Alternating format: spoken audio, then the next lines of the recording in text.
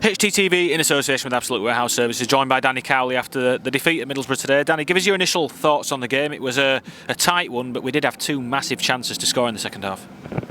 Yeah, we had enough chances to get something from the game. On the balance of play, we should have taken something from it, but we didn't. I thought we had good control when they scored, so it was disappointing when they did score. And then we come out second half and gave a good account of ourselves, had a good control of possession, but when the two clear chances come, we weren't able to take them. And I think the first one was Jon Stankovic from the corner, and then the second one Stevie Mounier, and that's the life of a number 9. He was the match winner on Saturday, and I just don't think he could get his balance, and unfortunately wasn't able to execute the final action, and that was disappointing for us because it's a game that we should have taken something from. Not looking for excuses ever, Danny, but how big a blow is it when you lose Jonathan Hogg after about 25 minutes? Oh, it's not ideal. It's far from ideal. He's a warrior for us. He's one of our leaders. We're a very, very young team.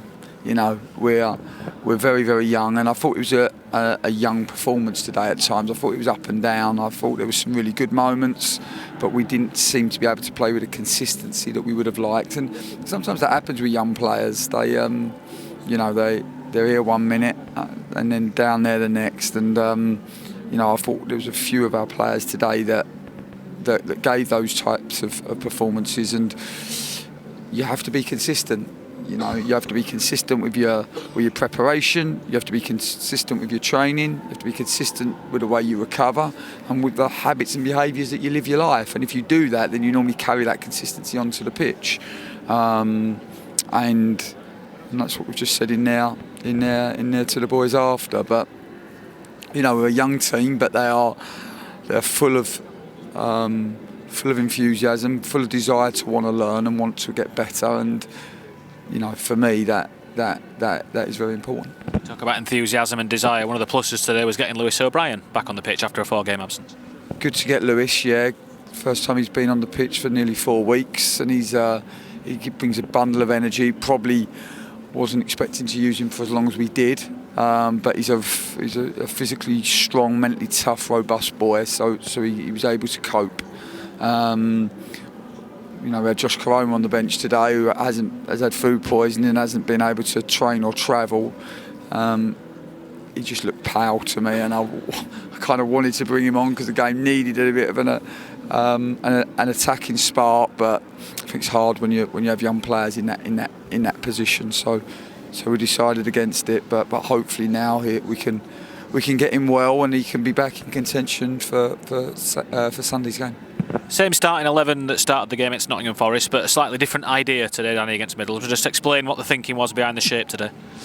Well, I think that they play the back three, and they're physically big and strong, and if you go too quickly into a back three, then they will deal with it, and that's what they want. So you have to be able to get control of possession, and we had to build on the first and second line, because if we just kicked up to Steve, then they would deal with that, and we wanted to try to get Carlin in the space rather than have lots of defenders around him.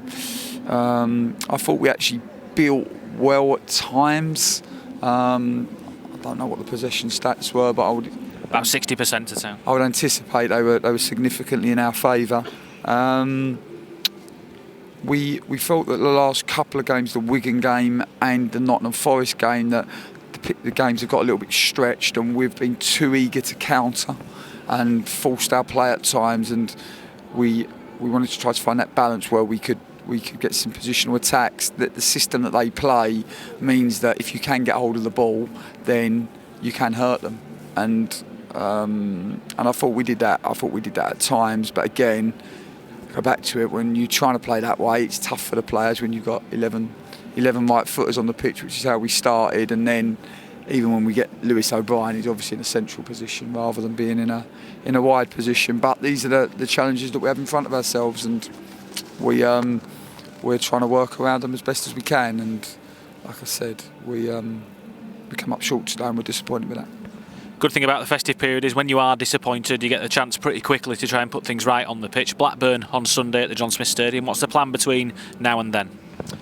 Well, we've had a busy Christmas. We were in yesterday, we trained yesterday, did everything as professionally as we could, travelled up to Middlesbrough last night, pretty much sacrificed our Christmases for today's game, and we wanted desperately to get value, and it's so disappointing when you don't. But this is football and this is life. We'll travel home tonight. We'll be in early to recover the group that played, train the group that didn't. Nicky and I went actually with Tommy Elphick and Craig, one of our performance analysts, to Blackburn on Monday night. I think it was now. I've lost my days. But Monday night, and watched them against Wigan. So we've got a good idea of Blackburn. And yeah, it'll be about recovering and then preparing for what is a very important game on Sunday.